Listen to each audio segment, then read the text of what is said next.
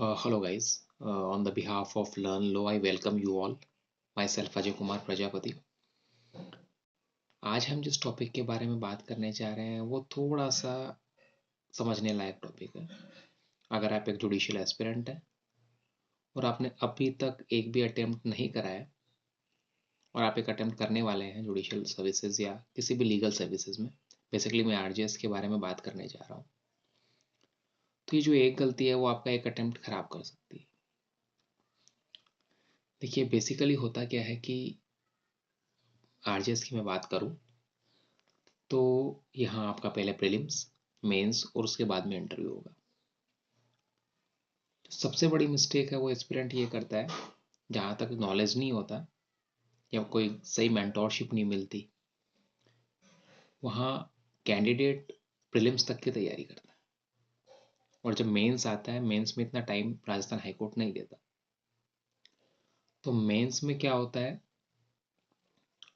After prelims का result आने के बाद में या फिर कट ऑफ आने के बाद में एक एस्पिरेंट अपनी तैयारी चालू करता है।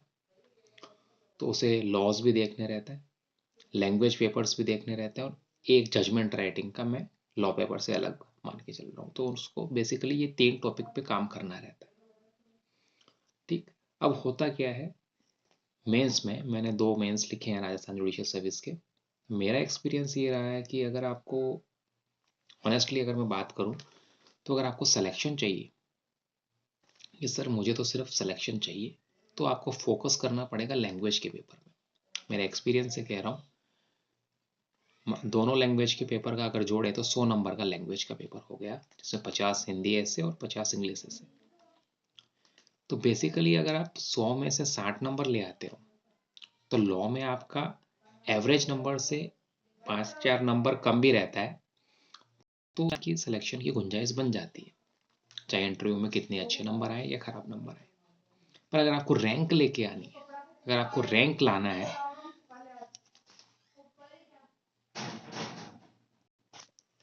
हाँ सॉरी, तो अगर आपको रैंक लेके आनी है तो आपको न केवल लॉ में बल्कि साथ में लैंग्वेज दोनों को आपको मेंटेन करना पड़ेगा।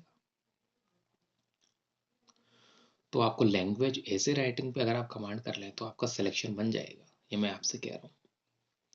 इसलिए आपको स्टार्टिंग से, जब से या तो आपने एलएलबी में, अगर आपका अल्टीमेट गोल जुडिशियल सर्विसेज है, तो जब से आपने एलएलबी में एंटर करा है तभी से लैंग्वेज के पेपर पे आपको काम करना शुरू कर देना चाहिए। मेरा सजेशन ये रहेगा। अब नेक्स्ट आपका सवाल आता है कि सॉरी, कि हम किस तरीके से इस पे काम कर सकते हैं। तो मैं आपको बता रहा हूँ कि बेसिकली जो क्वेश्चन पेपर आता है वो आता है आपका 600 वर्ड्स में, और 450 और 450 वर्ड्स का आपके ऐसे आता है दोनों पेपर्स में। तो आपको स्टार्टिंग से ही 600 वर्ड्स पे काम नहीं करना।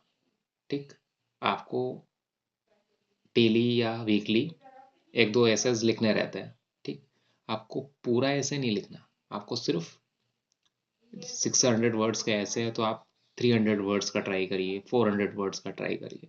एक स्ट्रक्चर बनाइए, आप शुरू करिए बस। एक बहुत अच्छा कोट है कि सबसे हार्डेस्ट काम वही किसी काम को शुरू करना ही होता है। तो आप शुरू करिए, आप वीकली 2 ऐसे लिखिए, इंग्लिश के लिखिए, उसको ट्रांसलेट करने की कोशिश करिए, एआई का यूज़ करिए।